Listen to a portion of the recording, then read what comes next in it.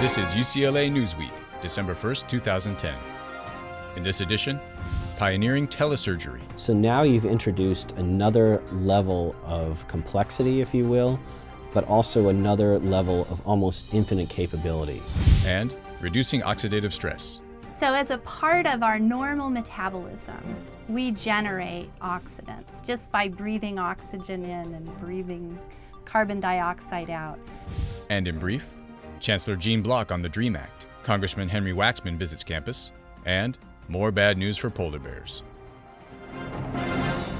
Dr. Eric Dutson of the David Geffen School of Medicine explains how new technology has expanded the possibilities of minimally invasive surgery.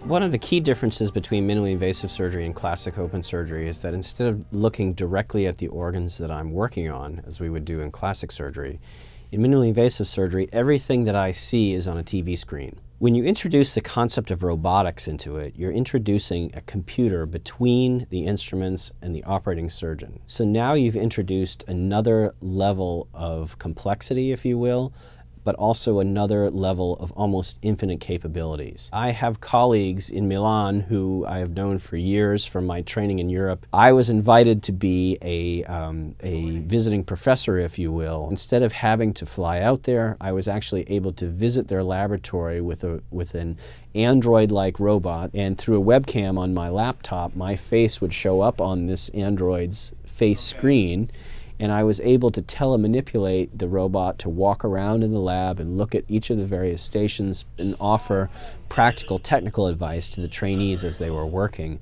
by interfacing with them directly in sort of a surrogate body. So it was a time when the trainees as well as the professors seemed to be very excited about the introduction of this sort of training capability. My guess is that at some point in the future, and it's impossible for me to predict when, every room is going to have an Android or two that you can step into from any particular laptop or computer interface, no matter where you are, and you can literally, or you will be able to literally be virtually, physically there. We've just scratched the surface. So I think the excitement will continue to be there until these things are ubiquitous, and I suspect that within a relatively short period of time, they will be ubiquitous.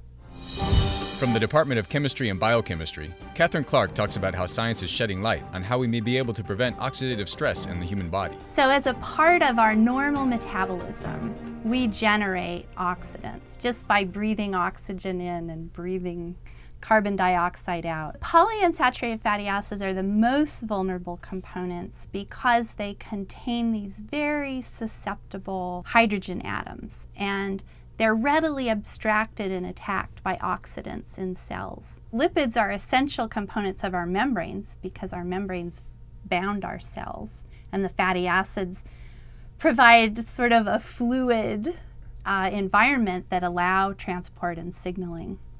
We collaborated with a company called Retrotope, and they generated something they call isotope reinforced polyunsaturated fatty acids. And so it makes the bond about 5 to 10-fold more stable. Many of the neurodegenerative diseases, such as Parkinson's and Alzheimer's disease, result from oxidative stress. Reinforcing these essential nutrients is similar to using a fire retardant. And once a fire gets started, it goes from tree to tree or house to house, and it's very difficult to put that out once that chain reaction has started.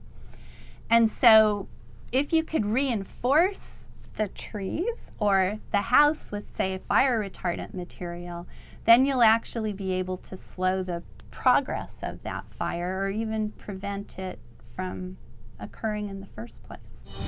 And now we'll look at more developments at UCLA. Chancellor Gene Block has released a statement in support of the DREAM Act, which would give permanent U.S. residency to undocumented students.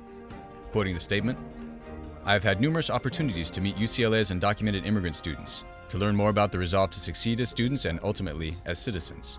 He continues, "I cannot imagine a group more deserving of permanent residency and of the opportunity to become citizens." Congressman and UCLA alum Henry Waxman visited the School of Law to discuss the lame duck Congress and the military's don't ask, don't tell policy. I think there's a reasonable chance that we can repeal it before the end of this year.